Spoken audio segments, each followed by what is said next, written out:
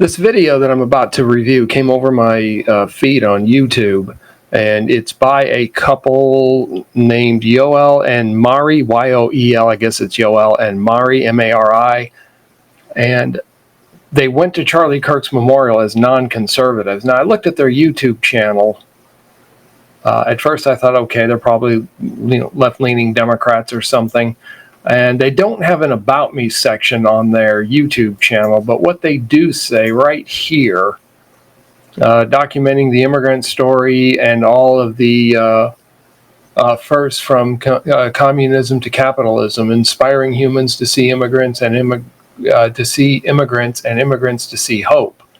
And then you can subscribe. If you want to send them anything, they tell you how to do it. And if you want to subscribe, et cetera, so on and so forth.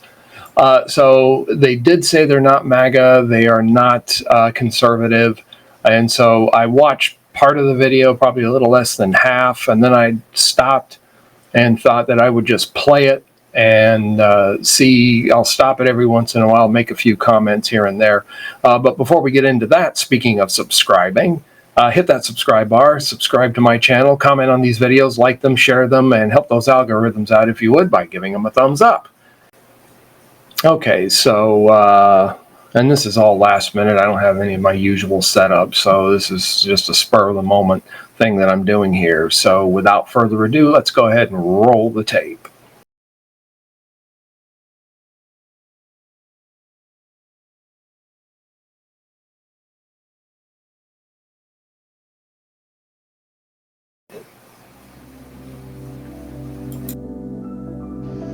Okay, so tomorrow is gonna be a really historic day.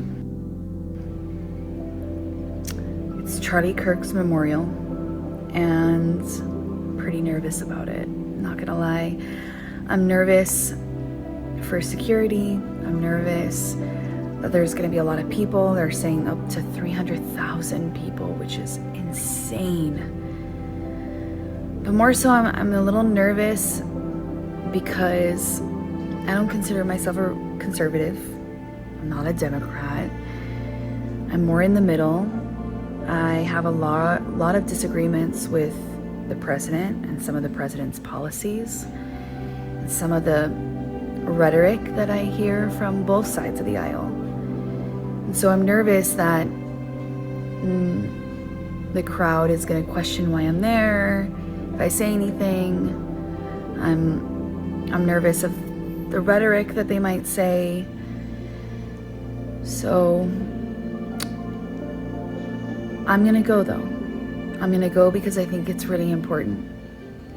Charlie gave Yoel and I the gift of seeing an open and free debate on a college campus last year when we were doing our democracy video. This is my first election in the United States, and we're here in the campus in Arizona University. You see this? It's amazing. I don't have nothing like this where I'm from. I'm from because we have only one government. When I look at this teenager coming here, support someone, see different opinion, it's amazing. Because that's democracy. And for me, so happy. I'm really great be here in the United States. I don't know how to say this is unbelievable. What I want to see one day, my teenager, my youth in my country do it this, talking free, friendly, different opinion. It's amazing. And I feel like it's really important to go and pay respects for that, and pay respect that no matter, and show the world that it doesn't matter if you're not conservative, if you're not a big MAGA person, if you don't support Trump, you're not a Republican, that you can also pay respects for somebody that really respected free speech. So here we go. I'm gonna set my alarm for 3 a.m. and we'll see what happens. Ooh, you cannot see.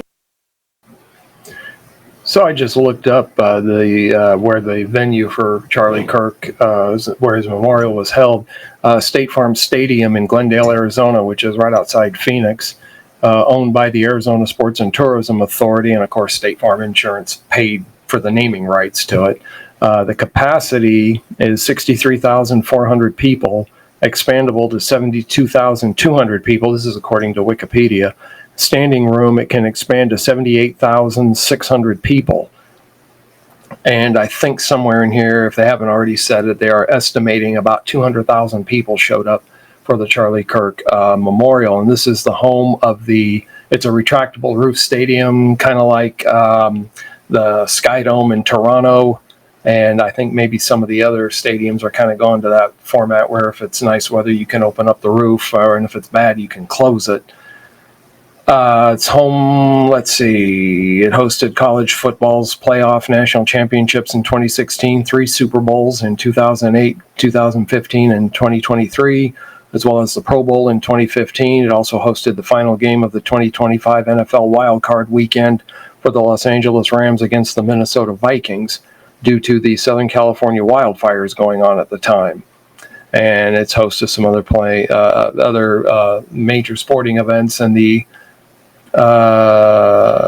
opened in 2006 as Cardinal Stadium. Later that year, in September, the University of Phoenix acquired naming rights, renaming it University of Phoenix Stadium on a 20-year agreement. And then in 2018, it was renamed for the State Farm Insurance Company, which has an 18-year naming rights deal.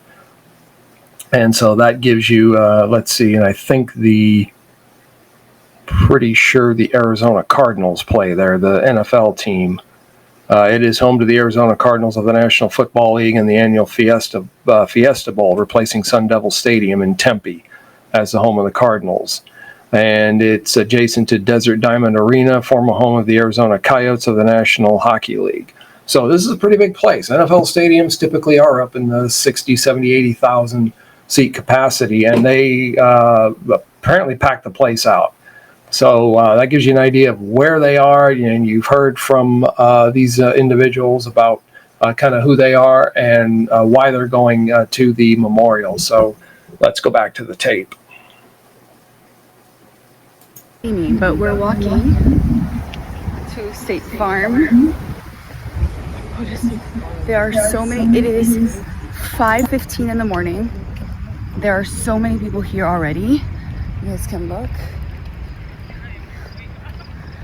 And we're gonna hope we get in. We'll see if we get in. Okay, we're still walking. It's been like 30 minutes and we're still walking. Working with people back there. There are so many people here, and it's not even 6 o'clock in the morning, and the thing's open at 8. Oh my gosh. What do you think? It's insane. Insane. ¿Verdad? Oh my God.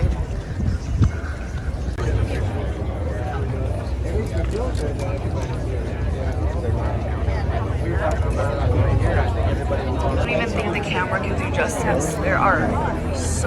There's lines and lines and rows of people.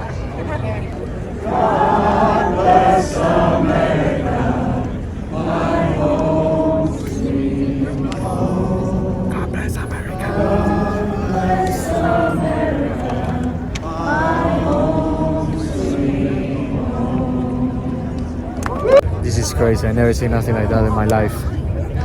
And cuando Fidel murió, when Fidel died,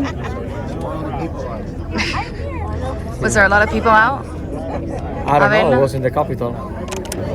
Okay, so we've been in line for 2 hours. maybe 2 hours. You guys, the line is crazy. It's a little chaotic, Huge. a little disorganized. I don't think they planned on this many people. Look how many people. And I can't remember if they mentioned it or if I forgot to mention it. These two are from Cuba. They are bilingual, as you can tell. And yeah, I figure something like this is going to be a little bit disorganized. Now, the people who run the stadium have some idea of crowd control and parking, and no doubt they had Glendale police there, or maybe the sheriff to help direct traffic, keep things under control. So anytime you get something like this, it's going to be a little bit chaotic, especially something like this Charlie Kirk Memorial. That's going to be a one-time deal. I don't know, they may have some other prominent person who has a memorial there, and maybe then they'll use this as a blueprint for crowd control and traffic control. Some of it they're already going to have in place. I don't know if anybody goes to Cardinal or Diamondback games. Typically those teams don't do very well throughout the season, but I don't know. I haven't been following either one of them in a long time. But this was before light. Everybody's gathering there, and so far it looks pretty peaceful, like everybody's just waiting for the event to begin, and they're singing at least one patriotic song. Don't know what else they sang, so let's go back to the film.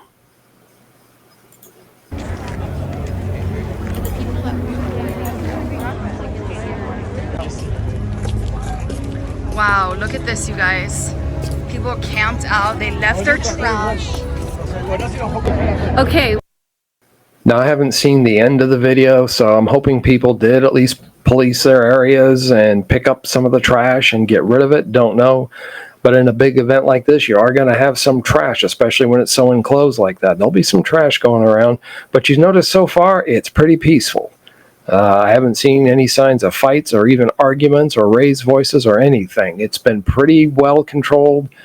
People are being friendly to each other, and so far I don't see anything.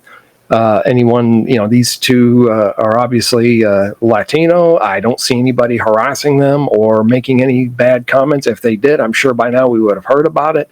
But so far, so good. All systems are go. Okay, we got a little closer now. Let's see if we enter. I don't know if we're gonna enter. Look at the gun. Oh, look, there's snipers over there. Right there. I don't know if you guys can see it. All right, we are almost at security. I think we might get in.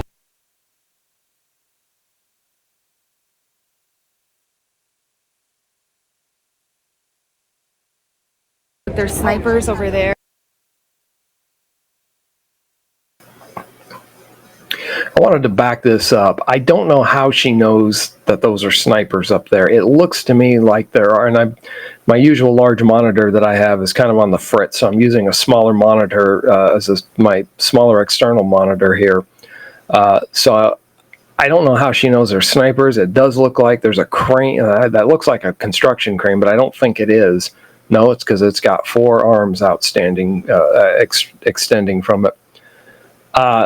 Those could be snipers up there. They could also be people with binoculars just watching the crowd, looking for signs of trouble. Could be maybe photographers, reporters, news crews. I kind of doubt that. But how she knows they're snipers, I don't know, unless somebody confirmed it for her in the crowd. But I don't know who those people are. But we'll assume that they're snipers, I guess, for purposes of this. But I would like to know how it is that she determined that they were snipers up there. Right there. I don't know if you guys can see it. All right, we are almost at security. I think we might get in. I hope. I think.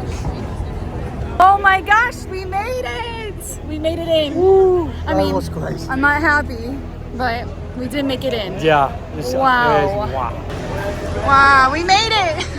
What do you think, guys? Thank you. Here we have people, they want them to register to vote, which is awesome, right? Yeah.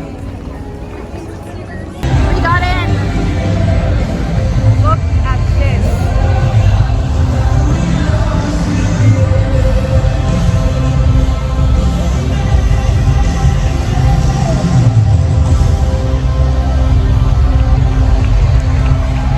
It's only 9:30. It doesn't start until an hour and a half. So this is incredible.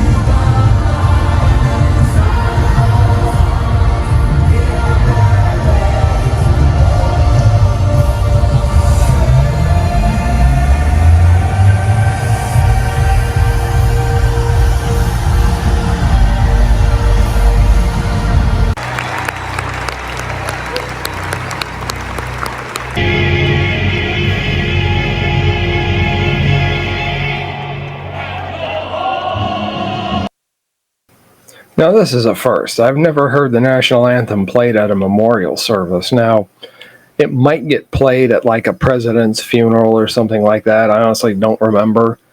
The last president we had pass away was Jimmy Carter, and I don't remember if they play "Hail to the Chief" for the president at his funeral, but I don't remember if they did the national anthem. So this is a little bit different, and you can see the crowds. Some of them are standing up and praying with uplifted hands, or swaying, or doing whatever it is they do. Here, not bothering anybody, and everything is so far. Again, everything's nice and smooth.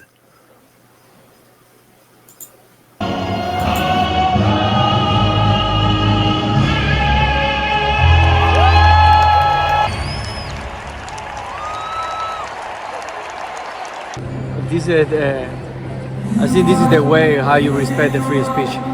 Coming to see this the last goodbye for Charlie Kirk. Not the respect for free speech.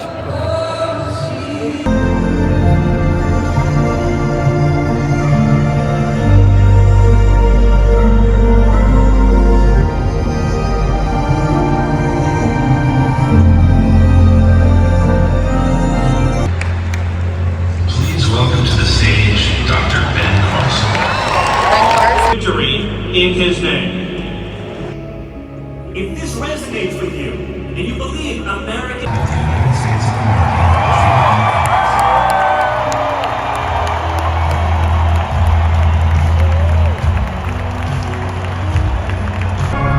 Please give a warm welcome to Mrs. Erica Kirk.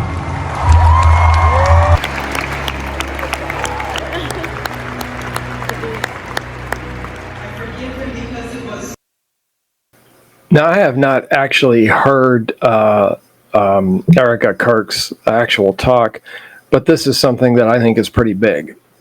Regardless of a person's religious stance, if you can forgive someone who just, in cold blood, gunned down a loved one, particularly a spouse, in front of you. I didn't know she and the kids were there in Utah when this happened.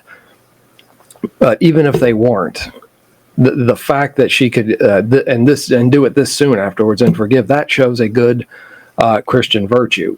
And I've seen there's a meme floating around saying how Charlie Kirk was 100% opposed to Christ's teaching or something like. I don't have it in front of me. I should try and find it. Maybe I'll tack it on at the end if I can find it. And it's nonsense.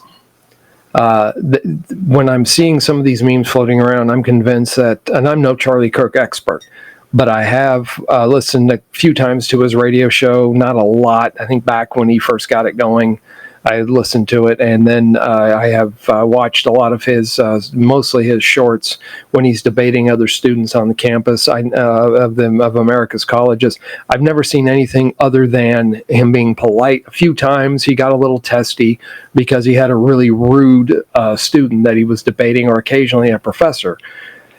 So. And just because, and he is, of course, calling them to task. He is giving a different viewpoint than the liberal side of a given issue. And to leftists, it looks unchristian when you say we should cut a government program or reduce a government program or let people keep their money. And I've addressed some of that in other videos, so I'm not going to go into it here. But I have not heard him say, setting aside maybe some doctrinal issues that I might take issue with, I have not heard him say anything that is contrary to scriptural teaching, other than, like I say, some finer points of doctrine, and that's another discussion for another time. What Christ did is what... I never see a president in my life so close. This is my first time I see a president like close. First time you see a president? So close. Try and lead them into a great way of life in our country. In a private moment. Okay, Trump is yapping. Just keeps going and going and going, but that is typical Trump, right? Yeah, it's bad for him. She just reminded me of something. I was in a play about 5 years ago. It was right before COVID. And it was a play that there were 4 main characters in there. There were 2 women and 2 men. And at different parts in the show, each one of us had to go down into the audience, and we each had a kind of a monologue we had to do. And I was having a terrible time memorizing the whole thing. It was on the script. It was about a half a page. And so, I was playing a sleazy lawyer. Okay, I know it's redundant and repetitive, but I was supposed to go down and basically insult the men and kind of flirt with the ladies.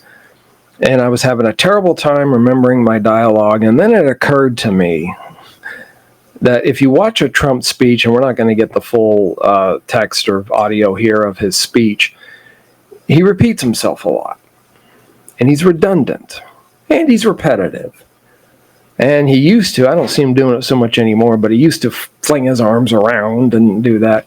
So I based the character and my delivery on Trump. So that way, as I was going through the crowd, if I forgot a line, I just repeated it or paraphrased it and restated it. And that's how I did the part. And it went off pretty well. Everybody liked my performance. And she's right. He does get up there and kind of ramble, probably like some of you think I'm doing right now with this video. So we'll just move on with it. It just keeps going and going. Okay, I want to say thank you, Charlie, for giving the opportunity to show you on the free speech, how the free speech is working. And today, the most important soul here, it's like a people coming for because believe in someone, not because the government te obligó a ir.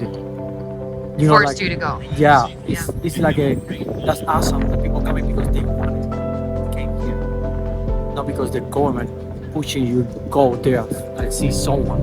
Not like in Cuba, right? Not like in Cuba, and that's amazing. What did you feel? Did you feel Jesus? Did you feel the God? Jesus every day is with me, babe. Jesus every day with me. It always in the morning, always every day say, God bless America. So just got back home. Oh my gosh, that was incredible. I am so happy we went. I'm so happy we went. That was beautiful. You know, when I was talking to people there, nobody gave me any pushback. People thanked me for coming, even though I have, on policy and on issues, I have disagreements on the solutions. The girl next to me, she was telling me that she was a Democrat, but she wanted to come because she thought it was important, freedom of speech, and she felt so censored at times. That's how I felt. And how I feel sometimes, I am so censored. But that was incredible. Of course, there was a couple times where I didn't like Stephen Miller rhetoric. I didn't like Trump going on and on and on. But overall, it was beautiful. One of the healthiest responses to tragedy I have seen in modern political history, especially in the last decade. It was beautiful. And thank you, Erica, for showing everyone how to forgive. And I hope that even in our differences and even in our disagreements, we can have basic human empathy and learn to forgive. Incredible.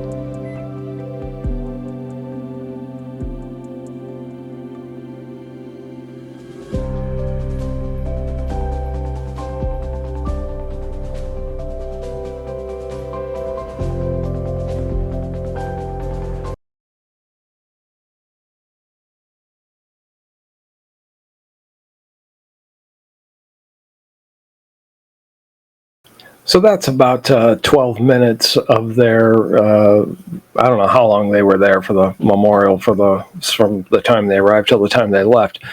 But that'll give you a taste of what went on. And as you can see, it was peaceful. Yeah, I would like for people to have picked up their trash a little bit better. But really, when you have a peaceful demonstration, a peaceful protest, a peaceful gathering, some trash, maybe a few minor injuries. Someone might trip going up the stairs and sprain their ankle. That's what you get with a peaceful gathering, a peaceful protest, a peaceful worship service. Damage is minimal. Injuries are minimal. You notice there was no flames, nothing went up in smoke, and they were welcome. They're Latinos, they were welcome. They don't, as she said, they don't agree with Trump on everything. They were sitting next to a Democrat who I'm going to guess probably didn't agree with Trump on anything. but they get it. They understand what real free speech and real freedom is. The First Amendment does not exist to protect what you like, or to protect the religion that you like, or to protect what is popular. The First Amendment is there to protect what you don't like. It's there to protect the religion, the speech, the press that you don't like, and what is not popular. That's what it's there for. And if you notice, when you look at Charlie Kirk's videos and you look at his interaction with students and faculty on the various campuses and where he goes, he is always polite. He's had some people get really rude with him.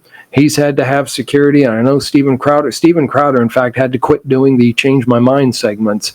I just saw an interview with him 2 days ago, I think. And he said he had to quit because of assaults, because people were not letting him get out there and say whatever it was he had to say. Words are not violence. To simply go out and say, I don't agree with this, I don't like that, that is not violence. If you say, I don't agree with transgenderism, that's not violence. That is not encouraging genocide. It's just stating an opinion. Now, to say we should go out to this group of people or that group of people and we should burn down their neighborhoods and we should take baseball bats, and now you're calling to action. Now you're getting violent. Now you've crossed a line. But to simply make statements of opinion or statements of fact, that's not hate speech. That is not calling anybody to violence. In fact, hate speech is really a bogus concept if you think about it. It's just a way of making it so that you can't state your opinion without me coming in and saying, well, that's hateful, or I don't like it. It's really a bogus concept. So that's all I've got for now. This was just off the top of my head. I'm completely unscripted. No notes, no nothing except what I read about the stadium there where they were. So that's all I've got for now. Leave your comments in the comment section below, or your feedback in the comment section below, questions, whatever you have in the comment section below. Thanks for watching, and we'll see you in the next video. Remember to be good to yourself, and if you possibly can, be good to somebody else. Thanks for watching. I'll see you in the next video.